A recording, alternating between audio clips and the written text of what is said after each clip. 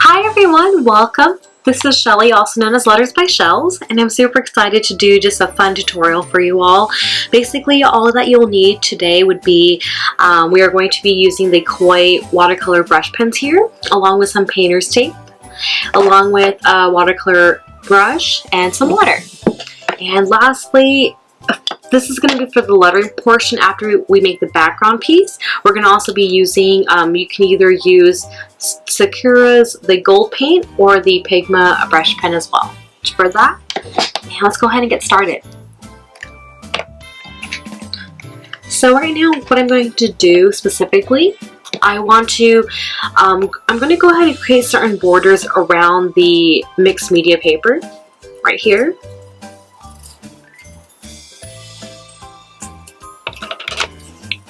Go ahead and do a border like this, and I'm just going to make simple like triangle borders all the way around just to make it more fun and just overall very simple.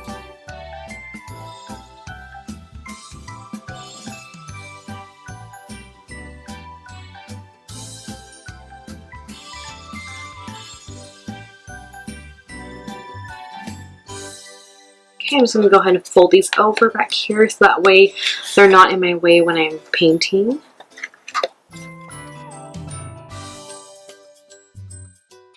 And I think we can also add something just right there. Okay, perfect. Just like that. Very simple. It doesn't have to even be anywhere just like this, but as long as you can see the outlines and we're able to color in the specific sections, then we're all good to go. And I think I'm going to add one more piece actually. So just like that. So now we're going to go ahead and get the watercolor Koi brush pens, and we're just going to draw certain sections in the white area. I'll go ahead and just pick out a few colors. So having these all laid out, let's go ahead and just kind of pick and choose. Let's go ahead and certain sections, I think, like for example this section, I'm just gonna go ahead and just color it in. And honestly, it doesn't have to be super perfect because at the end we're basically going to get the paintbrush and just color it in with water. So that way it blends evenly and it just creates more fun. So it's super simple like this.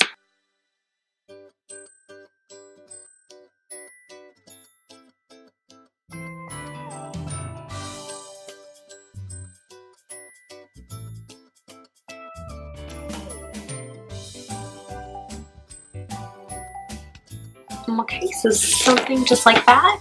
And basically now we're going to color everything in with water using our watercolor paintbrush.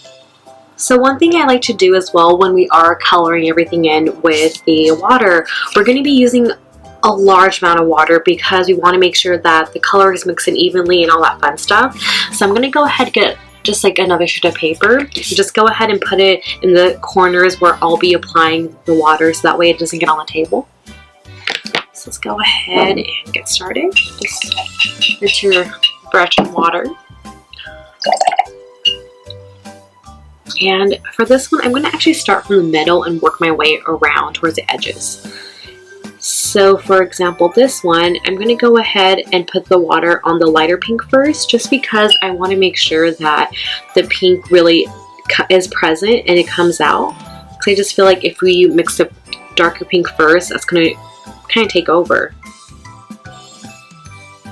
So the more water we use, basically it's going to evenly just kind of distribute the colors around.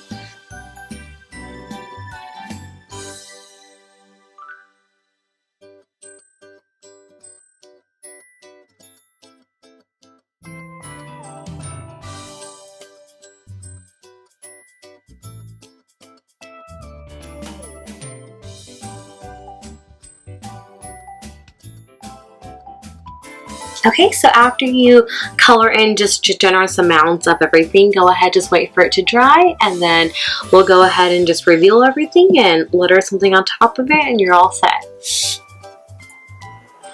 Okay, so it looks like it's almost dried. Let's go ahead and just take a look at it. And for the most part, it feels dry to me. So let's go ahead and just peel the tape back.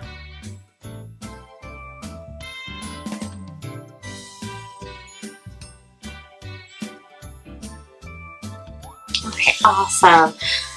How fun is that? So when you basically have like different pigments applied like with the brush pens and you blend them together, you really don't know what the outcome is going to look like till after it fully dries. So I think this is like a fun effect here, how it dried like that. And I think it's fun, just like how things, how like certain colors dry the way that they did. And then with some of the sections, you'll see that there's brush strokes still present, and I think that's okay. Honestly, I like the look of it being handmade, and I like that it also gives it more character too. I also noticed that there's like certain sections here, I don't know if you can see it, basically that where the paint kind of dragged, it followed the actual tape. So my solution to that is basically you can use a sand eraser, or you can go ahead and use Sakura's Jelly Roll and just kind of hide those areas. So I'm going to go ahead and do that in just a moment.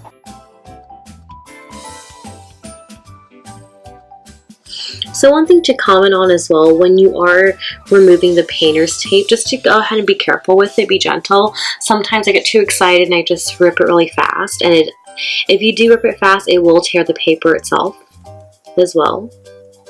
And also one thing I often get questions about is if you apply a lot of water like I did for this project, wouldn't the paper start to bend and no longer be flat? That is true. It does tend to warp a bit.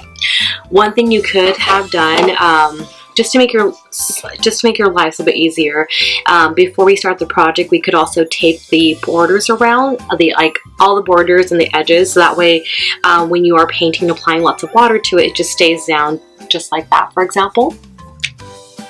But for this piece, it was just a very small piece that I decided to do, so I thought that was okay to use it without.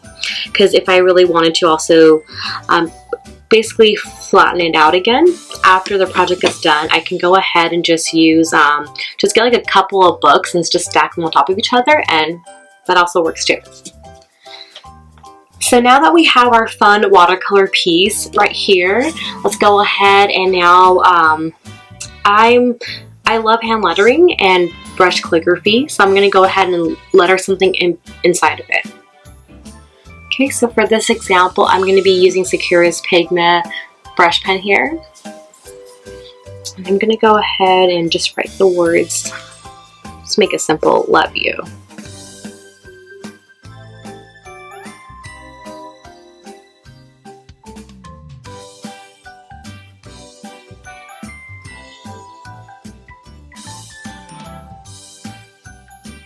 There you have it.